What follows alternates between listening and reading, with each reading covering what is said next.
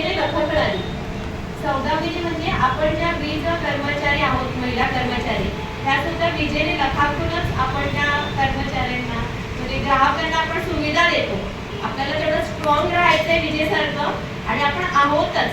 त्यासाठीच या सन्मानासाठी महावितरणने आज हा कार्यक्रम आपला जाहीर करण्यात आलेला आहे. आणि त्यानंतर गीता मॅडमचं खूप खूप थँक्यू. त्यांनी खूप छान सगळ्यांना मार्गदर्शन केलं.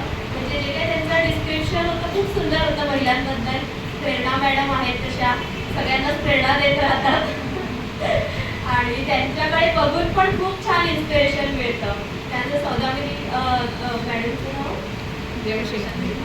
मॅडमचं गाणं देवशिला मॅडमचं गाणं नेहमी छान असतं. कराओकेच्या वेळेस त्यांचा नंबर नेहमी पहिला असतो. खूप सुंदर गाणं म्हणतात. केपी झाली आणि लेडी सिंगर मॅडम त्यांनी पण खूप छान आपल्याला मार्गदर्शन केलं. तर ह्या सगळ्या महिला आहेत ना, म्हणजे आपण सगळ्याच. तर आपलं ॲक्च्युली आपण ना म्हणजे आपण आपल्याला ना खूप डिस्करेज करत राहतो. आपण तेवढं आपल्याला इम्पॉर्टन्स देत नाही. तर आजचा माझा विषय आहे मूळ विषय वर्क लाईफ बॅलन्स. तर त्याकडे वळूया आपण. तर वर्क लाईफ बॅलन्स हे 3 शब्द वेगळे करूया. तर what is work, what is life आणि व्हॉट इज बॅलन्स. आता मागे जी कॉर्पोरेटमध्ये चर्चा चालू होती की 14 तास काम केलं पाहिजे, 15 तास काम केलं पाहिजे, किंवा काही म्हणतात नाही नाही 8च तास आम्ही कामं करणार, त्याच्या व्यतिरिक्त जास्त आम्ही कामं करणार नाही. सो ते डिबेट जे चालू होतं, तर तुमच्या मताप्रमाणे काय आहे, म्हणजे किती काम केलं पाहिजे? मॅडम सांगू शकाल? 10 hours. 10 hours. ओके. आणखी तुम्ही सांगू शकाल किती? 10 hours. ओके. आणखी सगळ्यांना 10 तास कामं करायचे? 8 hours. ओके. तर 8 तास. सो 8 तास कोणी म्हणाले, 10 तास म्हणाले, प्रत्येकाची संकल्पना वेगळी. सो आता जर लाईफ बघायला गेलं तर लाईफ म्हणजे काय? लाईफ म्हणजे काय? आपली पर्सनल. बरोबर. सो मी आता तुम्हाला ना 3 एक्झाम्पल देणार आहे. ठीक आहे.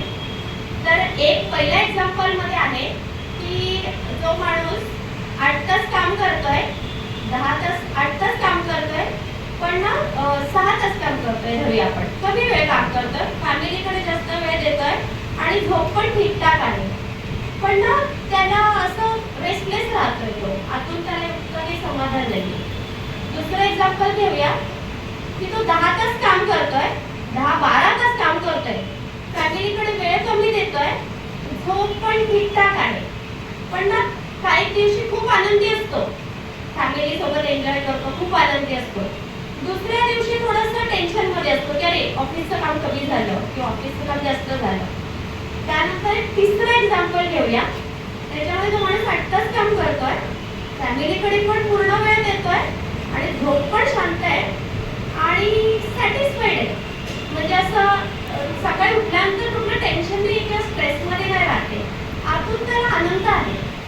तर मग आपण ह्या तिन्ही एक्झाम्पलपैकी तुम्हाला कुठलं बेस्ट वाटतं एक्झाम्पल?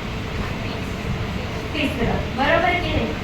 तिसऱ्यामध्ये काय होतं, आपण तास नाही बघितले की 8 तास करतोय, फॅमिलीला जास्त वेळ कमी, तो आतून आनंद आहे.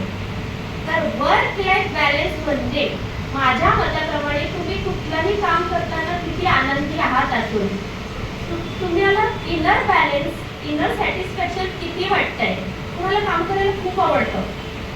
म्हणजे एखादं नवीन काम आलं ना, अरे वा चॅलेंज झालं, मस्त करूया आता. बऱ्याच जणींना मजा येते काम करण्यामध्ये. तेच घरी गेलं की ना कटकट वाटते, असं वाटतं ऑफिसमध्ये सेफ्टी असते. छान, माझ्या मताप्रमाणे माझ्या मनाने मी काम करणार. काही जणांना ना ऑफिसमध्ये कटकट वाटते, नाही सरांनी काय आहे, वेळेवर काही कोण काम तर देतं, असं आता जायची वेळ आली आणि काम दिलं. काही जणांचं स्ट्रेस पण असतं. म्हणजे काही त्यांना घरची कामं जास्त आवडतात, काही त्यांना ऑफिसची कामं जास्त आवडतात. तर मी सांगणार नाही की वर्क लाईफ बॅलन्स म्हणजे मोजके 8 तास, मोजके 4 तास, तुम्ही एवढेच तास झोपा किंवा काय, पण तुम्ही जे काही करता ते आनंदाने करा.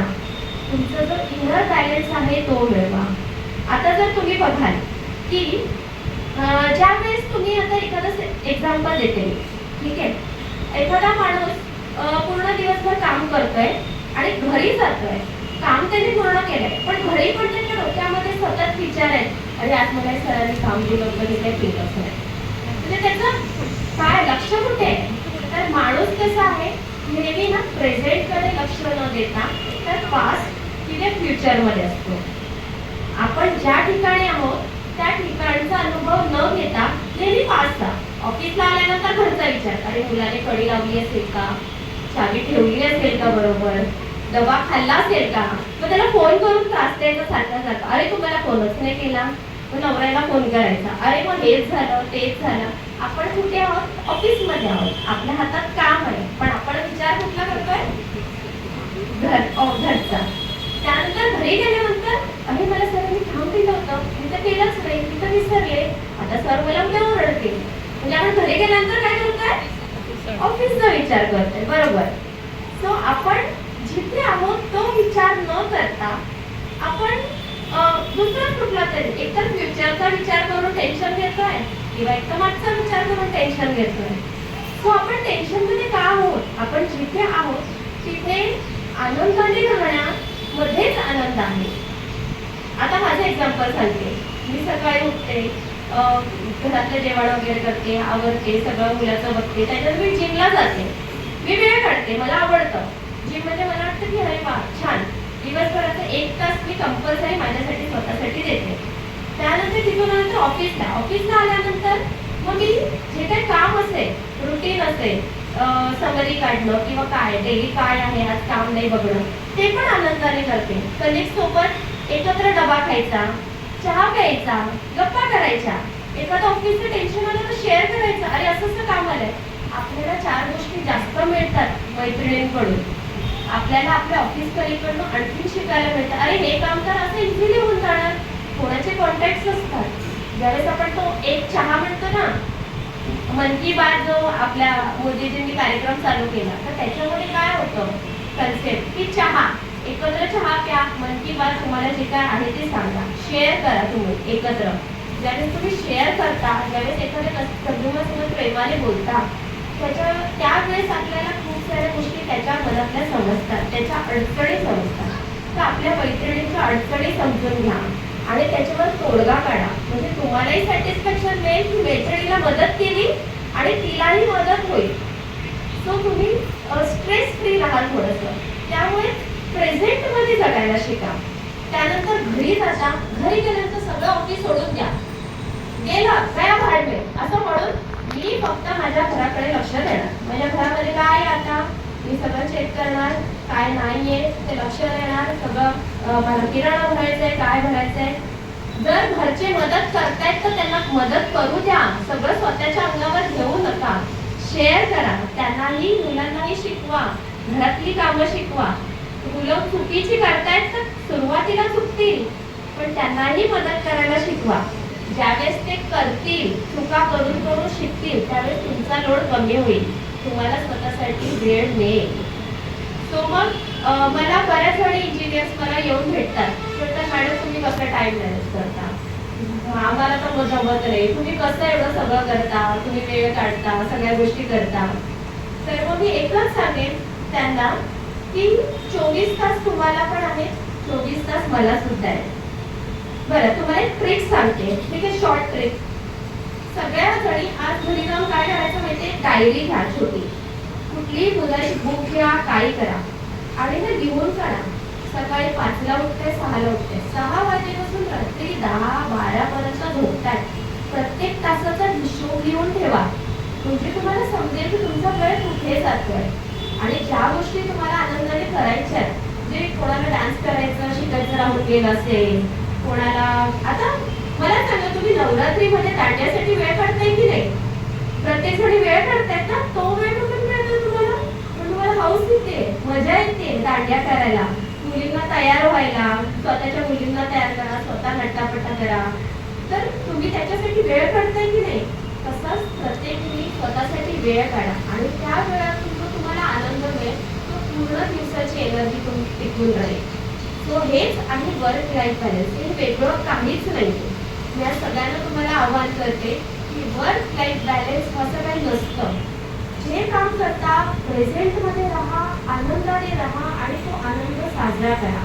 तुमचा वेळ लिहून ठेवा डायरीमध्ये. तो 1 तास मी फक्त माझ्यासाठी देणार. त्या 1 तासात मला कोणीही त्रास द्यायचा नाही. मी मेडिटेशन करेन, योगा करेन, मी हेल्थवर लक्ष देईन. त्या 1 तास तो माझा आहे. तिथे मला कोणी काम सांगणार नाही. मी गाणे ऐकेन, लिखाण करेन आणि मला हवं ते करेन. पण तो 1 तास तुम्ही स्वतःसाठी द्या आणि नंतर बघा की तुमचा पूर्ण दिवस किती आनंदात जातोय. त्यामुळे जे काम तुम्हाला आवडतंय, ऑफिसचं काम मजा येते, छान करा. तुम्ही स्ट्रेस फ्री राहून करा बेसिकली. सो माझं एवढंच म्हणणं आहे की आपल्याला जगायचं आहे ते रडत रडत नाही तर हसत हसत जगायचं.